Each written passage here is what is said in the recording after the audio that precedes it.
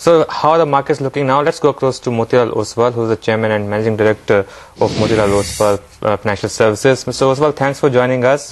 What have you made of this recent global crisis and the kind of fall that we have seen in Indian markets? Would you advise investors to actually use this as buying opportunity? Yes, I think we all know that the market is definitely going through some kind of, I would say, bearish phase in the short term. Although you've seen the budget, you've seen the kind of quarterly numbers, and we definitely are expecting Q4 numbers, which are also going to be very positive for the market. But I think right now, my sense is that fundamentals have taken a back sitting, and it's more the global environment which is driving the market. You see, I think one day it's up, one day it is down.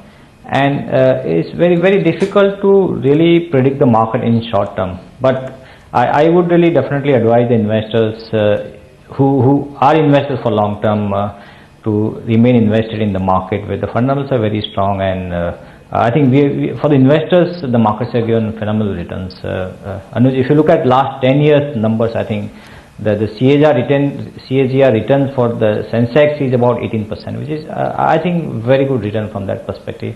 Although the investors are very less, and more or less the market is momentum driven, and there are a huge number of traders who try to really make some money out of these short term movements, which is very difficult. Well, Mr. Oswal, today is a day when CNBC is celebrating celebrating World Investor Day. The Indian investor has seen a significant improvement in his terrain, with electronic trading. What were we in 1990-91 with the advance of electronic trading, as well as maybe dematerialization?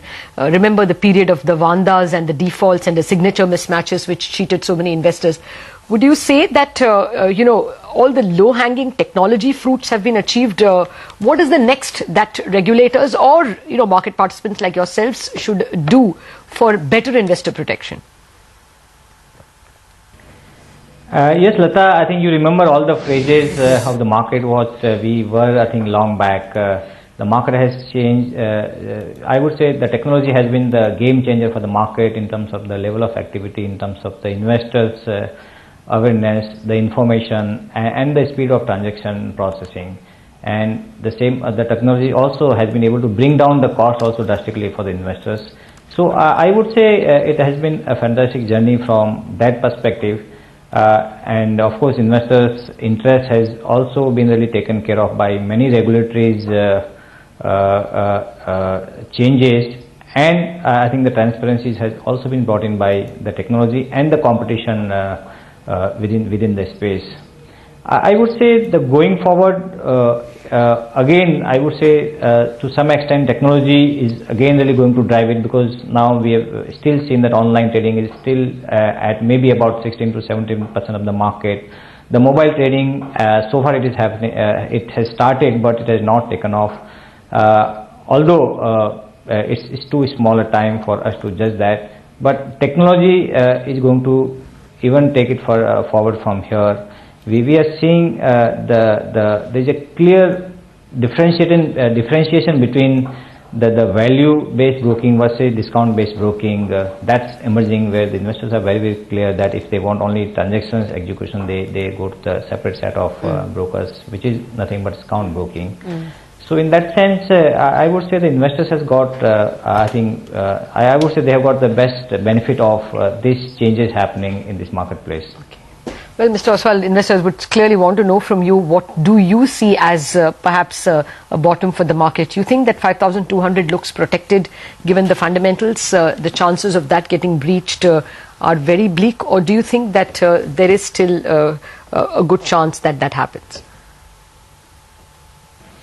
I would not be bearish at these levels, although it's very difficult to predict, because we never saw this kind of massive earthquake which has happened in Japan. So these kind of events can definitely happen, which can take the markets to a very different level. But by and large, I would be quite optimistic from the market perspective, because right now in domestic markets, the only concern remain, I would say, is the inflation and the oil. And I think there is a sign that inflation and oil price both are coming down, although it is still above the kind of comfortable levels we all see. But I think quarterly numbers will be again really in pipeline, and our estimate is about anywhere between 17 to 18% year-on-year growth on that side. And overall, we see about 25% earning growth. So that's good for this year. And next year also, we would be, I would say, betting at about 17 to 18% profit growth for census companies. So from that perspective, I am not concerned.